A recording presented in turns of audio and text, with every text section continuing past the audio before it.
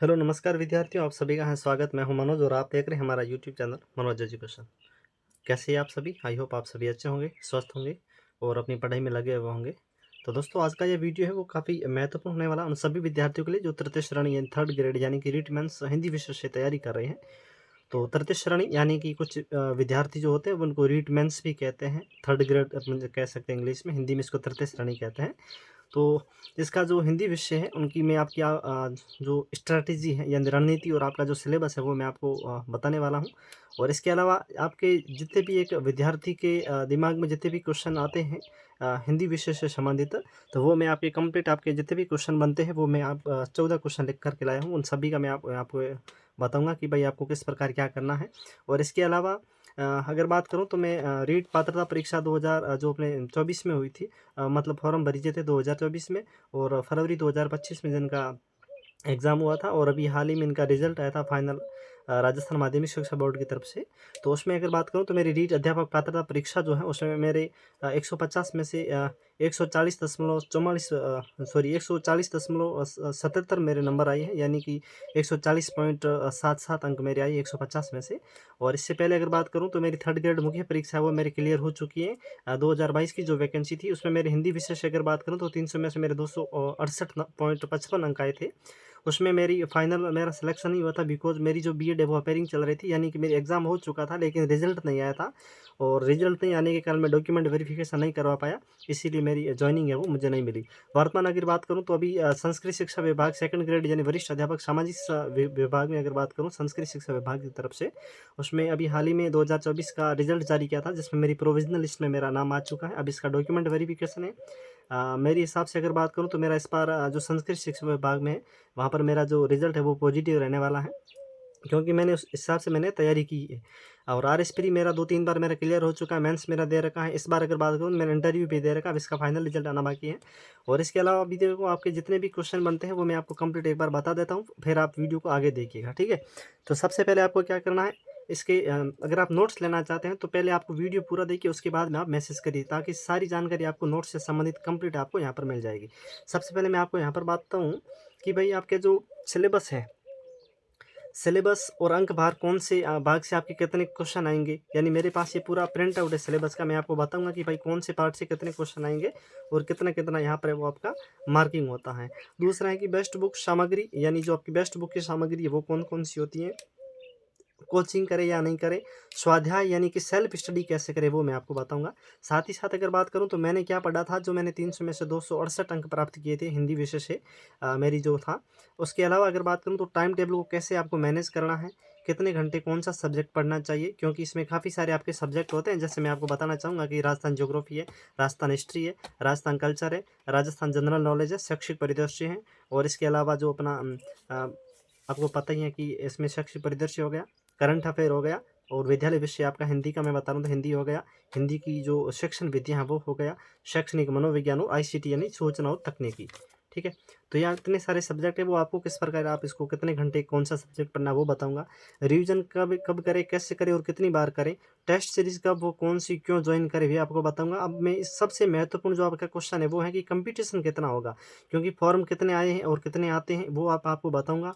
भर्ती कब तक आएगी और कितने पदों पर होगी, पढ़ाई में मन कैसे लगाए, और पिछली भर्ती की कैटेगरी कट ऑफ बताऊंगा कि भाई पिछली बार जो थर्ड ग्रेड का हुआ था हिंदी विषय में, उसमें सभी कैटेगरी में जो पुरुष है, महिला है, विडो है, डाइवर्सिटीज़ वगैरह, एक्स सर्विसमैन, सभी की मैं इसी में आपको बताऊंगा इनकी कट ऑफ क्या रही थी। इसके अलावा मेरे नोट्स आप किस प्रकार प्राप्त कर सकते हैं, क्या क्या मिलेगा और क्या प्रोसेस रहता है, इसमें सभी आपको मैं जो स्टेप बाय स्टेप बताऊंगा। गत वर्ष पेपरों की क्या वैकेंसी में किस प्रकार योगदान रहता है, और आप पढ़ाई कहाँ पर घर पर करें, लाइब्रेरी में करें या रूम में करें, ठीक है? साथ ही साथ मैं आपको बताऊंगा कि आप हिंदी विषय से हैं तो आपको इसकी ऑब्जेक्टिव बुक कौन सी लानी चाहिए, कौन सी नहीं लानी चाहिए, और जी के जी इसके लिए आपको ऑब्जेक्टिव कौन सी लानी चाहिए वो बताऊंगा।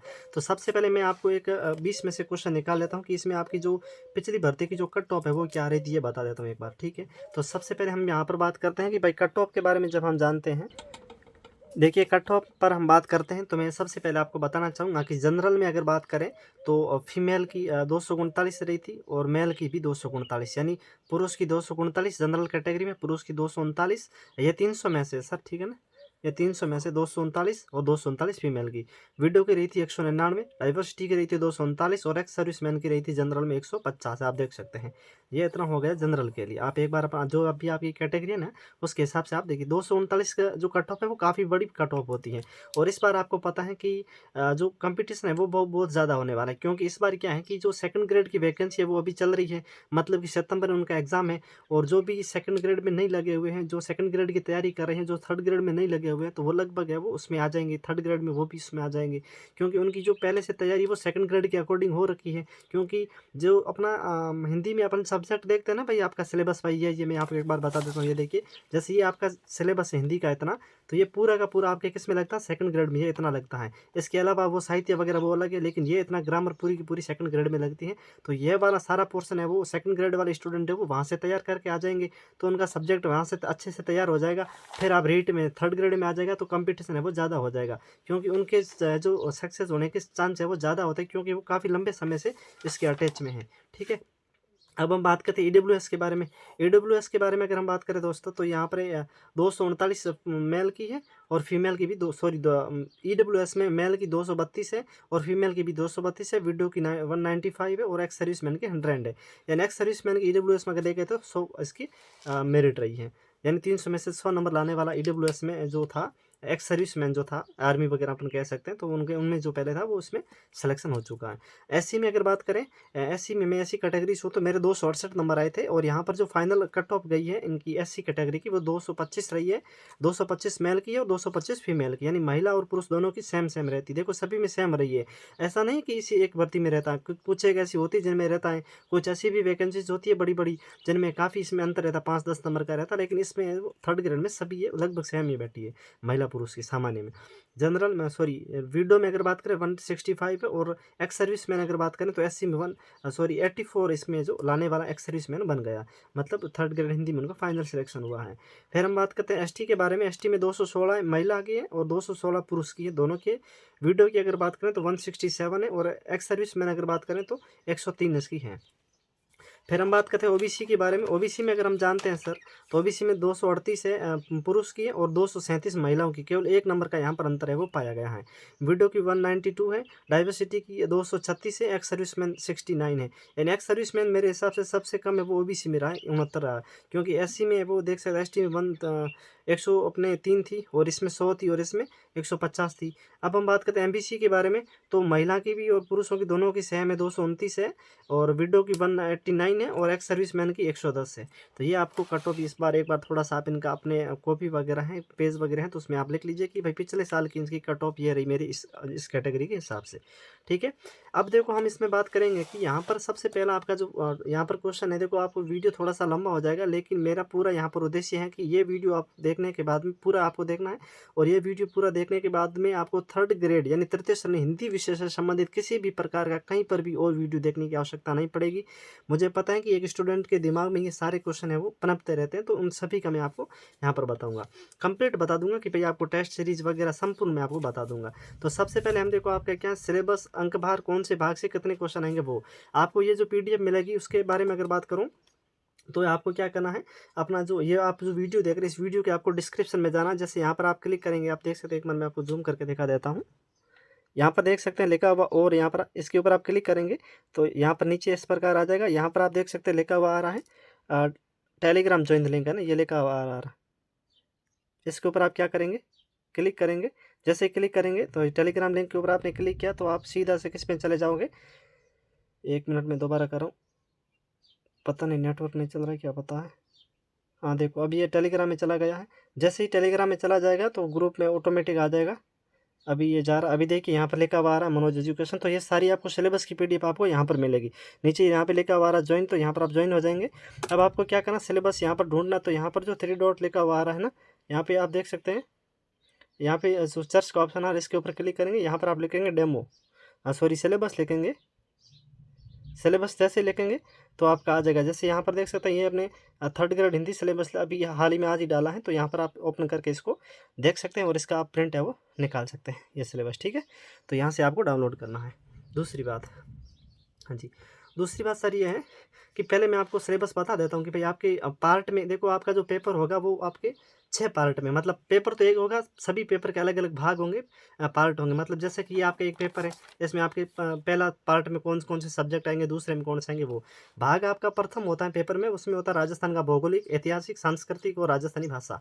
यानी कि पहला आपका जो भाग होता है उसमें राजस्थान का भूगोल आएगा, राजस्थान का इतिहास आएगा, राजस्थान आर्ट एंड कल्चर यानी कला संस्कृति आएगी और इसमें राजस्थान की जो भाषा है वो आएगी।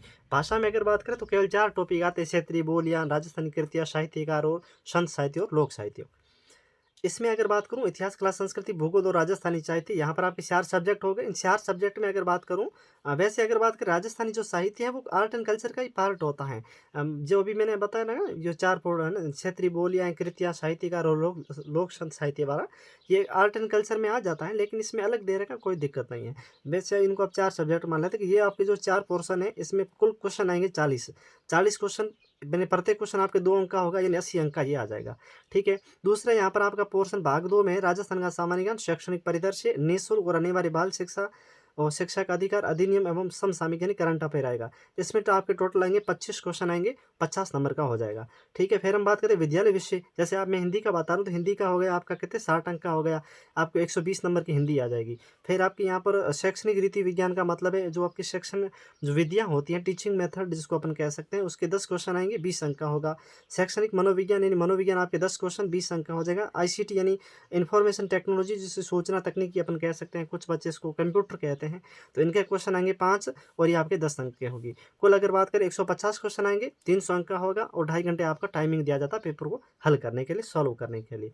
ठीक है। ये आपका सिलेबस हो गया, अंक भार मैंने बता दिया। अब देखो इसमें यह नहीं बताया कि भाई कितने कौन से भाग से कितने क्वेश्चन आएंगे। देखो पहले ऐसे बताया जा रहा था, लेकिन वर्तमान पैटर्न के अनुसार है वो डिपार्टमेंट ने क्या किया है कि भाई कौन से, जैसे इतिहास के कितने क्वेश्चन आएंगे, भूगोल के कितने क्वेश्चन आएंगे, आर्ट एंड कल्चर के कितने क्वेश्चन आएंगे, या कौन से संविधान सॉरी जो सभ्यता से कितने क्वेश्चन आएंगे इतिहास में, तो ऐसे आप ये वो पैटर्न चेंज कर दिया, तो वो अब इसमें नहीं मिलेगा, आप ऐसे लफड़े में ना फंसे। तो अभी जो बताएं ये आप एक बार थोड़ा सा मोटा मोटा स्ट्रक्चर जो आपको मैंने बताया, ये आप ध्यान रखिए, यहाँ से आपको काफ़ी ज़्यादा बेनिफिट है वो मिलेगा। दूसरी बात, परीक्षा के लिए आप एक प्रश्न पत्र होगा, ठीक है, 150 क्वेश्चन होंगे, 300 अंकों का होगा और यहाँ पर 1/3 जो आपका माइनस मार्किंग है वो रखा जाएगा, यानी 1/3 आपका रखा जाएगा। यानी अगर आप 4 क्वेश्चन करते हैं, 4 में से आपने 1 सही किया, 3 गलत किए हैं, तो आपने जो सही क्वेश्चन किया उसका वो आपका पूरा कट जाएगा। अब देखो ये आपका हो गया राजस्थान का भूगोल में, मैंने वैसे में सिलेबस संपूर्ण बता रखा है, वहाँ पे आप एक बार जरूर देखिएगा। और बेस्ट बुक्स के बारे में मैंने अलग से वीडियो बना रखा, आई बटन में जो आपको लिंक दिख रही है ना, इसके ऊपर आप क्लिक करके देख सकते हैं वो वीडियो। ठीक है, वहाँ पर आपको बेस्ट बुक मिल जाएगी। अब देखो बेस्ट बुक सामग्री, कोचिंग, स्वाध्याय कैसे करें। बेस्ट बुक के लिए अगर बात करूँ तो इन सभी की आती है, वैसे गाइड वगैरह आती है, लेकिन मैं गाइड आपको सजेशन नहीं करूँ, मैंने कोई गाइड नहीं पढ़ी थी, सीधी सी मतलब है। अगर मैं आपको बताना चाहूँगा कि आप अगर कोई गाइड लेते हैं, देखो मैंने कुछ दिन पहले मैं लाइब्रेरी में था, तो वहाँ पर एक थर्ड ग्रेड का बच्चा था, अभी नया उन्होंने ज्वाइनिंग की है, और वो वहाँ लाइब्रेरी में काफ़ी सारे आपको पता अलग अलग पब्लिकेशन की बुक वगैरह आती है, मतलब सभी आती है लगभग ऑलमोस्ट। तो उन्होंने एक नाथ पब्लिकेशन की बुक वो पढ़ रहा था, आर्ट एंड कल्चर में एक टॉपिक पढ़ रहा था, संत साहित्य जो राजस्थान के संत संप्रदाय है वो पढ़ रहा था। संत संप्रदाय में उन्होंने मेरे को बताया था कि सर इसमें जसनाथ जी के बारे में वो पढ़ रहा था, तो जसनाथ जी के बारे में उसमें लिखा हुआ था लगभग पेज नंबर तो अब मेरे को ऑलमोस्ट याद नहीं है, मैंने शायद कल बताया था एक वीडियो में, पेज नंबर 261 थे, सॉरी अभी मैंने लिखा हुआ पीछे, मैंने पेज नंबर 261 था। 261 में जसनाथ जी के बारे में ऊपर से जो 9वें नंबर का पैराग्राफ लिखा हुआ था, उसमें लिखा हुआ था कि सीधा देखो मैं अभी जो बोला ना, केवल वही ऐसी लाइन लिखा हुआ था कि उसने जसनाथ जी को कतरिया सर में जमीन दी थी। अब उसमें यह नहीं लिखा हुआ था कि भाई किसने दी थी, महमूद लोधी ने दी थी, महमूद खिलजी ने दी थी, सिकंदर लोधी ने दी थी, किसने दी थी, यह नहीं लिखा हुआ था। और जब देखो ऐसे क्वेश्चन है वो काफ़ी बार एग्जाम में पूछे गए हैं, तो देखो गाइड पर मुझे भरोसा नहीं है कि भाई गाइड में आपको कंप्लीट मैटर दिया जाएगा। काफ़ी सारे देखो पब्लिकेशन भले ही कितना भी चाह रहा हो कि मैं उनको पूरा कंटेंट दूँ, लेकिन कई बार टाइपिंग में मिस्टेक होने के कारण शब्द है वो त्रुटि हो जाता है, जिसके कारण वो पूरा कंटेंट नहीं मिलता है। और उसी दिन में बच्चे ने मेरे को और बताया था कि सर इसमें जो राजस्थान के पंचपीर हैं, लोक देवता अपन पढ़ते हैं, पंचपीर से संबंधित आपको पता है काफ़ी सारे क्वेश्चन में एग्जाम है, हर एग्जाम में लगभग पूछे जाते हैं, और थर्ड ग्रेड में निश्चित रूप से पूछे जाते हैं कि भाई कौन कौन से पंचपीर के अंतर्गत आता है। अब राजस्थान के लोक देवता पढ़ते हैं, तो वो भी नाथ पब्लिकेशन वाली जो राजस्थान इतिहास और कला संस्कृति की एक बुक आती है ना, अभी लेवल 1 और 2 की आई 2025-26 के अनुसार, नए जिलों के अनुसार आई परिवर्तन के बाद में, तो उसमें पंचपीर के बारे में भी नहीं बताया कि भाई पंचपीर में कौन कौन है कौन नहीं है। तो इस प्रकार की जब छोटे छोटे क्वेश्चन देखो नया बच्चा जो आता है ना, तो उनको इन चीज़ के बारे में पता नहीं होता कि भाई हम पंचपीर कौन से, फिर एग्जाम में क्वेश्चन आएगा, फिर वो घर आके देखेगा यार इस गाइड में तो नहीं दे रहेगा कि भाई पंचपीर कौन सा है, है ना? तो इस प्रकार मैं कह रहा हूँ कि ये जो आपकी छोटी-छोटी जानकारी है ना, वो आपको कुछ कई बार होता है कि गाइड में नहीं मिलती है, ठीक है? तो आप नोट्स लेने के लिए आपको क्या करना पड़ेगा, सबसे पहले आपको स्क्रीन के ऊपर जो नंबर देख रहे हैं, इसके ऊपर आपको व्हाट्सएप मैसेज करना है, जिसमें मैं आपको बताना चाहूँगा कि ये आपको क्या-क्या मिलेगा। पहले ये देखिए, ये हिंदी का आपको पूरा मिल जाएगा, मात्र ₹300 आपको पेमेंट लगेगा। ध्यान रहे, केवल वही विद्यार्थी मैसेज करे जिनको 101% नोट्स लेना है। फालतू कोई भी बच्चा विद्यार्थी वो मैसेज नहीं करे, नहीं तो आपको सभी को पता, मैं आपको थोड़ा-सा बता देता हूँ, 1 मिनट, ब्लॉक किए जाओगे। क्योंकि काफ़ी सारे विद्यार्थी ऐसे भी होते हैं जो बिल्कुल है वो यूज़लेस मैसेज करते हैं, जिनको नोट्स से कोई संबंधित नहीं होता, कोई संबंध नहीं होता उनको। मैं आपको बताना चाहूँगा कि ये देखिए, आप एक बार, हाँ, ब्लॉक किए गए कॉन्टैक्ट आप शायद दिख रहा होगा 292 यहाँ पे ना।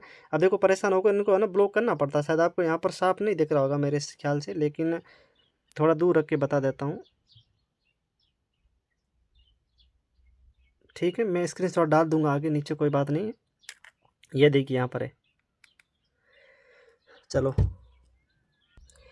तो नोट्स लेने के लिए आपको क्या करना पड़ेगा, नंबर दे रखे, इसके ऊपर आपको व्हाट्सअप मैसेज करना। कॉल आपको कभी नहीं करना है, क्योंकि कॉल अटेंड नहीं किया जाएगा। मैं लाइब्रेरी में रहता हूँ। अब देखो, इतिहास, ये आपका भूगोल है, भूगोल का आपका जितने भी टॉपिक लग रहे हैं कंप्लीट आपको नोट्स में मिल जाएंगे। मेरे में हस्तलिखित नोट्स हैं, और ये जो मैंने नोट्स बनाए हैं वो मैंने अलग अलग प्रकार की गाइडें वगैरह आती हैं, सॉरी, जो ऑथेंटिक बुक वगैरह आती हैं। जैसे हम बात करें हिंदी ग्रंथ अकादमी, आपको एक बार बता देता हूँ, थोड़ा सा आप टाइम दीजिएगा। जैसे ये देखिए, ये शिक्षा विभाग, शिक्षा मंत्रालय की आती है, भारत सरकार हिंदी जो ग्रंथ अकादमी आती है, राजस्थान हिंदी ग्रंथ अकादमी। तो जैसे ये राष्ट्रीय इतिहास क्लास संस्कृति की आती है, इसी प्रकार हरिमोहन सक्सेना की भूगोल की आती है, आर्ट एंड कल्चर की ये हो गई है, पेनोरमा की हो गई है। इसके अलावा राजस्थान माध्यमिक शिक्षा बोर्ड की जो कक्षा 9 अपने 6ठी से लेकर 12वीं तक की आती है, उसमें से जो भी आपका कंटेंट सिलेबस के अनुसार होता है वो सारा मैं उसके अंदर डाल देता हूँ। ज़्यादा से ज़्यादा क्वेश्चन उसमें से आ जाते हैं, और मैंने भी वही पढ़ा है। अब जो आपको जो मैं दूंगा वो कंप्लीट आपको 41 डिस्ट्रिक्ट के अनुसार है, नवीनतम जिलों के अनुसार है, बिल्कुल अपडेट है, संपूर्ण आपको नवीनतम मिलेगा। ये टेलीग्राम पर आपको PDF मिलेगी, पेमेंट के बाद में मिलेगी, और इसका प्रिंट है वो निकाल सकते हैं। इतिहास के बारे में बात करते हैं। इतिहास में आपको मैं बताना चाहूँगा सर, कि इतिहास में जब आप पढ़ेंगे तो यहाँ पर देखिए, ये आपका सिलेबस रहना है इतिहास में, तो ये आपको कंप्लीट नोट्स में मिल जाएगा, हैंडराइटिंग PDFs में। ये आपकी आर्ट एंड कल्चर का होगा, यह भी मिल जाएगा। फिर यहाँ पर राजस्थानी भाषा में 4 टॉपिक दे रखे हैं, बोलियाँ, क्षेत्रीय बोलियाँ, कृतियाँ, साहित्यकार और लोक साहित्य, ये भी मिल जाएगा। राजस्थान का भाषा साहित्य, शैक्षणिक जो प्रतीक चिन्ह वगैरह, राजस्थान का सामान्य ज्ञान, तो ये भी आपको कंप्लीट आपको मिल जाएगा। इसके अलावा आपका ये पूरा हो गया। इसके अलावा यहाँ पर शैक्षणिक रीति विज्ञान है, ये भी मिलेगा। अब हिंदी के बारे में बात करूँ, हिंदी में दोस्तों मेरे है जो 268 नंबर आए थे, मतलब कि 300 में से, मतलब टोटल आपका पेपर 120 का सब्जेक्ट होता है हिंदी, ठीक है? 120 में से मेरे लगभग कितने आए थे, शायद 100 न ऐसे कुछ ऊपर आए थे मेरे, अभी मुझे कंप्लीट याद नहीं है, तो ये मेरा आया था। और यहाँ पर ये हिंदी के जो मैंने नोट्स तैयार किए हैं, वहाँ पर अगर बात करूँ तो मैंने यहाँ से भी ये जो बुक है ये मैंने पढ़ी थी, और मैंने अभी नोट्स है वो इससे भी बनाए हैं, और इस बुक्स का भी कुछ सहारा लिया है मैंने, कुछ उदाहरण वगैरह लगा करके। और बाकी मेरी ये जो बुक है वो हिंदी जो संबंधानुच्चारण की आती है, नवीन हिंदी व्याकरण, इनका भी मैंने सहारा लिया है। और इसके अलावा और भी काफ़ी ऑथेंटिक बुक वगैरह आती है, हिंदी ग्रंथ अकादमी की काफ़ी सारी बुक आती है, तो उनका मैंने सहयोग लेकर के इनको लिखा है। तो यहाँ से मुझे काफ़ी ये वो आपको जो नोट्स मिलेंगे वो इसी के आधार पर मिलेगा, और यहाँ से आपका एक भी क्वेश्चन है नोट्स को पढ़ने के बाहर आपका नहीं जाएगा। शैक्षणिक रीति विज्ञान के लिए भी आपको नोट्स मिल जाएगा, शिक्षा मनोविज्ञान का मिल जाएगा, और ICT का भी आपको मिल जाएगा, ठीक है? ये आपका सिलेबस हो गया। फिर हम बात करें मैंने क्या पढ़ा, जो 300 में से 268 तक प्राप्त किए थे, तो मैंने दोस्तों अभी जो मैंने आपको बताए हैं ये आपको कंप्लीट अपडेट मिलेगा। और मैंने ये सारे उस समय मतलब जिले वगैरह चेंज नहीं थे, अब मैंने वो कंप्लीट नए रजिस्टर वगैरह बना करके, जैसे आपको मैं बताना चाहूँगा कि जैसे ये देख सकते हैं आप, इस प्रकार के मैंने रजिस्टर कंप्लीट बनाए हैं, अपडेट बनाई हैं, ठीक है?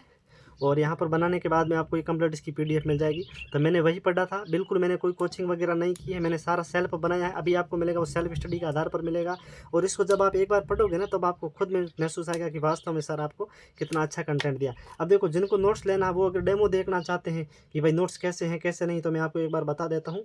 आपको क्या करना है, आपको टेलीग्राम पर जाना है, और अभी जो मैंने बताया था मनोज एजुकेशन, उसमें आपको सर्च करना, यहाँ पर बॉक्स दे रहे सर्च बॉक्स का, यहाँ पर आप सर्च करना डेमो, ठीक है? जैसे आप डेमो सर्च करेंगे तो यहाँ पर आपकी PDF यहाँ पर देख सकते हैं, अलग अलग सर्च करेंगे, सर्च करते यहाँ पर डेमो PDF नोट्स आ जाएगा, इसको आप ओपन करके देख सकते हैं। डेमो के लिए कोई व्हाट्सअप मैसेज है वो नहीं करेगा, ठीक है? तो ये आ गया। तो इसके अलावा मैंने कहीं पर भी और अलग से मतलब कोई गाइड है या ऑथेंटिक बुक है, कोचिंग वगैरह मैंने कुछ नहीं पढ़ी, मैंने केवल अपने नोट्स बनाए थे, उसी को पढ़ा था, और पूरे के पूरे क्वेश्चन लगभग 99% क्वेश्चन मेरे नोट्स में से मिल गए थे। कुछ एक क्वेश्चन ऐसे होते हैं कि भाई समय अभाव में हम क्वेश्चन नहीं कर पाते हैं, या मतलब एग्जाम में क्वेश्चन नहीं कर पाते हैं, या कुछ कई बार ऐसा हो जाता है कि टाइम नहीं मिलता है, या कुछ घबराहट के कारण वो क्वेश्चन गलत आंसर हो जाता, तो वो अलग बात है, लेकिन सारे क्वेश्चन लगभग अपने मिल जाएंगे, ठीक है? टाइम टेबल को कैसे मैनेज करें, तो देखो आपको क्या करना है, जो भी आपका सिलेबस मैंने अभी बताया, पहले आपको सिलेबस का प्रिंट वगैरह निकाल करके डेली आपको कितना घंटे पढ़ना चाहिए वो आपको बता रहा हूँ। देखो सब्जेक्ट में आपको कितना घंटा पढ़ना चाहिए कि जैसे कि अगर आप सोमवार को 1 तारीख है और या पढ़ रहे हैं, जैसे आज सोमवार है तो सोमवार का भूगोल आपने स्टार्ट कर दिया है, तो पूरे दिन आपको भूगोल का एक टॉपिक पढ़ना है। जैसे कि अगर आपने राजस्थान की भौतिक जो स्वरूप है, या अगर आप पढ़ रहे हैं तो भौतिक स्वरूप को पूरा का जैसे एक दिन में आप पढ़ लेते हैं तो ठीक है। और इसको पढ़ने के बाद में आपको क्या करना पड़ेगा, इसके ऑब्जेक्टिव क्वेश्चन भी निकालने हैं आपको। ऑब्जेक्टिव क्वेश्चन कैसे कौन कौन सी है, तो देखो ऑब्जेक्टिव इसके क्वेश्चन मतलब ये होता है सर, मैं आपको पूरा बता रहा हूँ। देखो ऑब्जेक्टिव में ये होता है कि जैसे कि आप भाई ये पढ़ रहे हैं, राजस्थान भूगोल में भौतिक स्वरूप पढ़ रहे हैं, तो भौतिक स्वरूप से संबंधित आपको पता होना चाहिए कि एक मार्केट में बुक आती है, मतलब कि अपन कह सकते हैं कि ऑब्जेक्टिव बुक आती है जो दिशा पब्लिकेशन की आती है। मैं बता रहा हूँ, ये देखिए दिशा पब्लिकेशन की आती है। इसके दो अलग अलग पार्ट आते हैं, एक आता है राजस्थान का इतिहास कला संस्कृति आता है ये वाला, और एक इसमें आता है राजस्थान का भूगोल राज्य व्यवस्था और जो अर्थव्यवस्था होती है वो आती है। दो पार्ट आते हैं, Rajasthan history art and culture geography और पॉलिटी आते हैं, ठीक है। तो ये आप बुक ले सकते हैं मार्केट से। अगर ये दिशा पब्लिकेशन की नहीं लेते हैं तो मोमल पब्लिकेशन की आती है 2025 सभी से आप देख सकते हैं। इनके भी दो अलग अलग पार्ट आते हैं, राजस्थान इतिहास कला संस्कृति आती है और ये आती है राजस्थान का भूगोल अर्थव्यवस्था और प्रशासनिक व्यवस्था। इसमें सर ये होता है कि जैसे आपने यहाँ पर भूगोल पढ़ा है तो भूगोल में आपने आज तक जितने भी क्वेश्चन पूछे गए हैं ना, जैसे देखो भौगोलिक स्वरूप पढ़ा है तो भौगोलिक स्वरूप से आज तक जितने भी क्वेश्चन पूछे गए हैं, चाहे SSB बोर्ड हो, RPSC हो, माध्यमिक शिक्षा बोर्ड हो, चाहे कोई भी एग्जाम अपने राजस्थान में हुआ है, जितने भी आज तक एग्जाम हुए हैं उन सभी में भौगोलिक स्वरूप से किस प्रकार के क्वेश्चन पूछे गए हैं वो अभी जो मैंने बुक बताई है इनमें आपको मिल जाएगा। यहाँ पर ऑब्जेक्टिव है ताकि यहाँ पर आप इसको अपनी तैयारी कर सकते हैं, ठीक है। तो आपको एक दिन में एक सब्जेक्ट पढ़ना है, केवल ऐसा नहीं कि भाई 2 घंटे भूगोल पढ़ लिया, 2 घंटे हिस्ट्री पढ़ लिया, तो वो आपको फिर शेड्यूल अच्छा नहीं बैठेगा। क्योंकि यहाँ पर क्या है कि पार्ट है काफ़ी काफ़ी लंबे लंबे होते हैं, कुछ लेसन इसमें होते हैं, तो उसमें क्या है हम आधा आधा पढ़ लेते हैं 2 घंटे, फिर कल और 2 घंटे पढ़ते हैं, तो वहाँ पर आपका फिर शेड्यूल सही नहीं बैठता है। क्योंकि आज जो हमने पढ़ा है वो जब हम उसको स्टेप बाय स्टेप लगातार पढ़ते हैं ना किसी चीज़ को, तो हमें ज़्यादा लंबे समय तक याद रहता है और पढ़ने में भी मज़ा आता है। ऐसा नहीं कि भाई 2 घंटे ये पढ़ लिया भूगोल, फिर हिस्ट्री, फिर ज्योग्राफी, फिर पॉलिटी, फिर कुछ और ऐसे पढ़ते हैं ना, तो फिर मतलब सारा मिक्स हो जाता है, कुछ याद नहीं होता है। एक दिन में एक ही आप सब्जेक्ट उठाना है ऐसा नहीं। देखो भाई कई बार ऐसा होता है कि कुछ सब्जेक्ट में टॉपिक छोटे होते हैं, जैसे लोक नृत्य वगैरह है, तो वो 2-3 घंटों में विद्यार्थी आराम से बैठ कर उनको कवर कर सकता है। तो फिर क्या करना है, फिर दूसरा सब्जेक्ट से शुरू नहीं करना, फिर उसके MCQ क्वेश्चन निकालने, फिर उस सब्जेक्ट का और रिवीजन करना है। फिर क्या करना है, फिर अगर उसी सब्जेक्ट में आप टाइम बचा है तो उसी आर्ट एंड कल्चर का एक और सब्जेक्ट आप स्टार्ट कर दीजिएगा। ऐसे आपको पढ़ना है, ठीक है। रिवीजन का शायद आगे लिखा होगा, मैंने अलग से वहाँ पर बता दूंगा कितने घंटा कौन सा सब्जेक्ट पढ़ना चाहिए। मतलब पूरे दिन जितना भी हो सके कम से कम आपको, अभी देखो आपके पास में लगभग कह सकते हैं कि जनवरी में आपका एग्ज़ाम है, और जनवरी में एग्ज़ाम है, अभी आपके मई में स्टार्ट मतलब जून, मई तो अब एंडिंग में समझो, जून स्टार्ट हो जाएगा। तो जून से लेके दिसंबर तक पास 6 से 7 महीने आपके पास है। आराम से आप कम से कम अभी है ना 8 घंटे आप डेली पढ़ते हैं तो आराम से निश्चित रूप से आपको इस स्ट्रेटेजी के अनुसार आप वो तैयारी कर सकते हैं, आराम से आप वो सिलेक्शन ले सकते हैं। जो नोट्स बता रहा हूँ इसी के हिसाब से, ठीक है। सिलेक्शन हिंदी में लेना है तो आप मैं सेलेक्टेड हूँ, तो आप मेरे से अगर लेते हैं तो 101% आपका सिलेक्शन है वो श्योर है। लेकिन शर्त यह है कि आपको पढ़ना पड़ेगा जो स्ट्रैटेजी बताई है इसके अनुसार। अब देखो रिवीजन कब, कैसे और कितनी बार करें। देखो रिवीजन क्या होता है कि कोई फिक्स नहीं होता है। रिवीजन आपको कैसे करना है, जैसे कि मान सकते हैं कि भाई ये मतलब भूगोल का या इतिहास का टॉपिक ले लेते हैं आप इस बार। जैसे राजस्थान इतिहास का हमने सभ्यता वाला टॉपिक ले लिया है, और आज सोमवार, आज हमने राजस्थान इतिहास का पूरा पढ़ा है पूरे दिन भर में, ठीक है। इसके MCQ क्वेश्चन भी हमने निकाल लिया। फिर आपको क्या करना, कुछ नहीं करना, जब आप रात को सोते हैं तो इसका एक बार जितनी भी आपने थ्योरी पढ़ी है, MCQ क्वेश्चन नहीं, थ्योरी जितनी भी पढ़ी है उस थ्योरी का आपको क्या करना है, रिवीजन करना है रात को सोने से पहले। रिवीजन ऐसा नहीं कि मतलब आँख बंद करके करना है, ऐसा नहीं, लाइन टू लाइन जो भी आपने मैटर पढ़ा है, जैसे आप मेरे नोट्स में पढ़े हैं तो नोट्स का प्रिंट वगैरह निकाल करके उसका आराम से एक रात सोने से पहले रात को एक बार रिवीजन कर देना, ठीक है। सोमवार को भाई आपने ये पढ़ा है राजस्थान इतिहास का, मतलब आज पढ़ा है, कल आप दूसरा सब्जेक्ट शुरू करेंगे, जैसे आर्ट एंड कल्चर शुरू करेंगे, तो आर्ट एंड कल्चर शुरू करने से पहले एक बार जितनी भी आपने थ्योरी रात को रिवीजन किया तो कंप्लीट उसका एक बार पुनर्दौरान होना चाहिए, रिवीजन हो जाना चाहिए, ठीक है। मतलब 3 बार तो ये आपका रिवीजन हो गया। फिर आपका अगला इसी टॉपिक का कब रिवीजन करना है, अगला ये आपका रिवीजन करना है जो संडे आता है, यानी कि आपको संडे को अलग से कुछ भी नहीं पढ़ना, जितना भी आपने सोमवार से लेकर शनिवार तक पढ़ा है उसका संडे को आपका रिवीजन हो जाना चाहिए। भले आपने 5 सब्जेक्ट पढ़े, 6 सब्जेक्ट पढ़े हो, कितने भी पढ़े हो, या एक सब्जेक्ट का आपने 2-2 टॉपिक भी लेकर के पढ़े हो, कुछ छोटे होते हैं तो वो हो सकते हैं, तो जितने भी पढ़े हैं उनका कंप्लीट आपका रिवीजन हो जाना चाहिए संडे का, ठीक है। फिर उसका रिवीजन कब होना चाहिए, फिर उसका 15 दिन बाद रिवीजन होना चाहिए। जैसे आपने आपने देखो सभ्यता वाला टॉपिक आज पढ़ा है, तो आज एक तो अभी आपने पढ़ लिया, अच्छे तरीके से याद कर लिया, फिर एमसीक्यू क्वेश्चन निकाल लिया, फिर इसका रिवीजन एक तो आपको नाइट में करना है, मतलब एक तो आपको रात में करना है, ठीक है। अगला रिवीजन आपको क्या करना है, अगले दिन मॉर्निंग में करना है दूसरी बार। तीसरी बार रिवीजन आपको करना है संडे को, ये तीसरी बार रिवीजन हो गया संडे को। चौथी बार रिवीजन आपको करना है 15 दिनों में, मतलब कि 15 दिनों में अगला जो रविवार आता है ना, मतलब संडे वगैरह आता है ना, तो उसमें आप इसका रिवीजन कर सकते हैं। फिर अगला रिवीजन आपको इसी टॉपिक का कब करना है, इसी टॉपिक का आपको अगले जो संडे वगैरह आता है ना, तो मतलब 1 महीने में आप कम से कम आप इस चीज़ को 4 बार अगर आप अपनी नज़र से नहीं निकालेंगे तब आपको चीज़ है वो याद नहीं होगी। 4 बार कम से कम आपको 1 महीने में आपको पढ़ना पड़ेगा। फिर आप धीरे-धीरे आपको इसको कम कर लीजिएगा रिवीजन के बारे में, क्योंकि जितना ज़्यादा आप पढ़ोगे ना उसी तरीके से आपको जितना ज़्यादा है वो याद होगा। जैसे कोई चीज़ है तो मैंने एक बार देखी है, तो उसको जब हम दूसरी बार देखेंगे, तीसरी बार देखेंगे तो ज़्यादा हमें वो याद रह जाती है, क्यों उसकी जो पूरी जो डेफ़िनेशन है वो हमारे दिमाग के अंदर है वो फिट हो जाती है। ठीक है, तो रिवीजन आपको ज़्यादा से ज़्यादा बार करना है। सिलेक्शन का मूल आधार रिवीजन होता है, क्योंकि काफ़ी सारे बच्चे दोस्तों ऐसे होते हैं कि जैसे ये सिलेबस है, तो मतलब ये है कि पहले मैं भी ऐसे करता था, फिर मैंने पूरी अपनी स्ट्रेटजी चेंज की तो मेरा सिलेक्शन है वो होता गया। जैसे अब देखो भौगोलिक स्वरूप है, मैंने ये पढ़ लिया, आज कल ये पढ़ूँ, फिर ये ऐसे लगातार पढ़ता रहूँ, पीछे मैंने इसका रिवीजन नहीं किया, तो फिर वो आपने जो सिलेबस पूरा किया वो किसी काम का नहीं, वो आपको सुनने हैं, ठीक है, सुन बेटा वो किसी काम का नहीं है। तो जैसे आप जिस चीज़ पढ़ रहे हैं उसका आप बिल्कुल पूर्ण रूप से आपको उसके ऊपर ध्यान केंद्रित होना चाहिए, उस चीज़ को लेकर के आप उत्साहित भी होने चाहिए। ऐसा नहीं कि भाई मुँह ढीला करके बैठ जाएँ कि यार ऐसा कुछ नहीं है, ऐसे वैसे ऐसा कुछ नहीं सोचना, बिल्कुल आपको पॉजिटिव रहना है। जब ये सोचना है कि मनोज भाई मेरे साथ में है तो मेरा सिलेक्शन है वो पक्का है, ठीक है। तो ये आपको मन में होनी चाहिए, मैं आपकी हर समय हेल्प करूँगा, ठीक है। अब देखो, अब रिवीजन वाला हो गया फिर मेंटल। अब देखो टेस्ट सीरीज़ कब और कौन सी और क्यों ज्वाइन करें। देखो टेस्ट सीरीज़ और रिवीजन आपके सिलेक्शन की मूल आधार होती है, मूल जड़ होती है, उसकी नींव होती है, एक प्रकार अपन कह सकते हैं। क्योंकि जैसे देखो मैंने अभी बताया कि भाई आपको कोई भी टॉपिक पढ़ रहे हैं, तो जैसे राजस्थान इतिहास कला संस्कृति कंप्लीट आपको वहाँ पर वरना इंदन मिल जाती है, सॉरी ऑब्जेक्टिव मिल जाता है, तो वहाँ पर आप अपने अंदाज़ा लगा सकते हैं कि भाई मेरे कितने क्वेश्चन है वो सही हो रहे हैं, ठीक है। उसमें क्या है, टेस्ट सीरीज़ में भी आपको लानी पड़ेगी। मॉडल पेपर काफ़ी सारे आते हैं मार्केट में, तो आप ले आ सकते हैं। और टेस्ट सीरीज़ में अगर ऑनलाइन ऑफलाइन में बात करूं तो काफ़ी सारे आप ऑनलाइन भी आप उत्कर्ष है, कला में ऐसे भाटिया आश्रम में स्वाध्याय वगैरह, सूरतगढ़ की लक्ष्य क्लासेज वगैरह है, तो इनके यहाँ पे ऑनलाइन टेस्ट सीरीज अगर आपके पास आप इनकी लेना चाहते हैं तो वहाँ से आप खरीद सकते हैं, ठीक है। और बाकी जो आप मेरे नोट्स लेंगे तो उसमें भी आपको टेस्ट सीरीज है वो मिल जाएगी, ठीक है। और टेस्ट सीरीज आपके लिए लाइफ लाइन ऑफ सिलेक्शन होता है, सिलेक्शन की मूल आधार रेखा, जीवन रेखा कह सकते हैं, क्योंकि यहाँ पर आपको पता चल जाता है कि भाई मेरे कितने क्वेश्चन है वो सही हो रहे हैं, मैं जो मैटर पढ़ रहा हूँ वो सही है या मेरे और मुझे कुछ इसमें इंप्रूव करना पड़ेगा, तो वहाँ पर आपको मिल जाएगा। और मेरे जो नोट्स पढ़ेगा उसके लिए टेस्ट है, कोई भी उत्कर्ष हो, कलाम हो, कोई भी आप टेस्ट होंगे तो लगभग अगर बात करूँ तो 85 प्लस आपके नंबर है वो आने ही वाले हैं। कंपटीशन कितना होगा, फॉर्म कितने आएंगे, सबसे बड़ी बात यह है कि अभी फॉर्म स्टार्ट नहीं हुआ लेकिन बच्चों के दिमाग में आ गया। थोड़ा सा मैं आपको स्ट्रक्चर इस साइड की ओर लेके जा रहा हूँ। अब देखिए यहाँ पर मैं आपको बताना चाहता हूँ, थोड़ा सा जूम आउट कर लेता हूँ। ये देखिए यहाँ पर लिखा हुआ है, ये फॉर्म लिखे हुए 11,87,103 फॉर्म, ये दोस्तों है सेकंड ग्रेड के लिए। सेकंड ग्रेड में अभी जो वैकेंसी है आपको पता है 2129 पदों पर आई है, ठीक है। और इसके ऊपर अभी फॉर्म है वो भर चुके हैं, अभी इनका एग्जाम है सितंबर के फर्स्ट वीक में है, फर्स्ट सेकंड वीक में।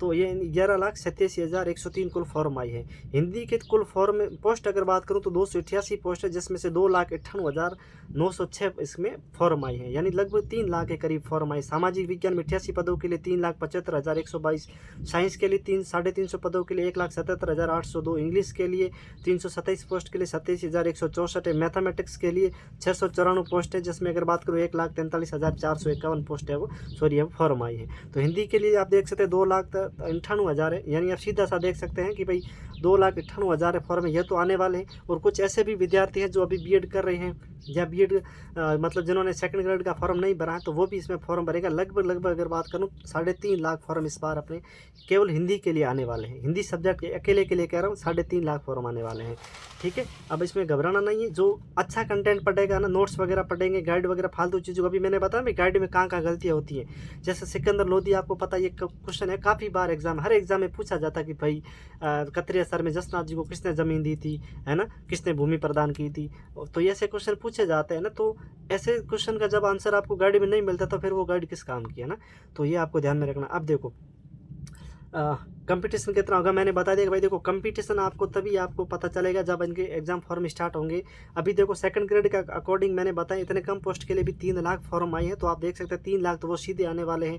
कुछ अलग अलग करके ऐसे करके 85,000 दूसरे आ जाएंगे, तो लगभग मान सकते हैं कि 3.5 लाख फॉर्म हिंदी में आने वाले हैं। पोस्ट के बारे में अगर बात करूँ तो अभी देखो बताया गया है लगभग 10,000 के करीब इनकी पोस्ट आने थर्ड ग्रेड आएगी। 10,000 में 2 पार्ट होगा, एक होगा L1 का आ जाएगा और एक L2 का आ जाएगा।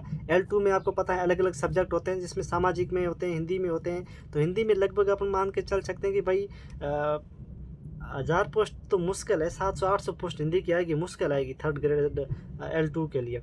ठीक है, तो ये आपको पता होना चाहिए। जो अच्छी तैयारी करेगा ना उसी का सिलेक्शन होगा, सीधी सी बात है।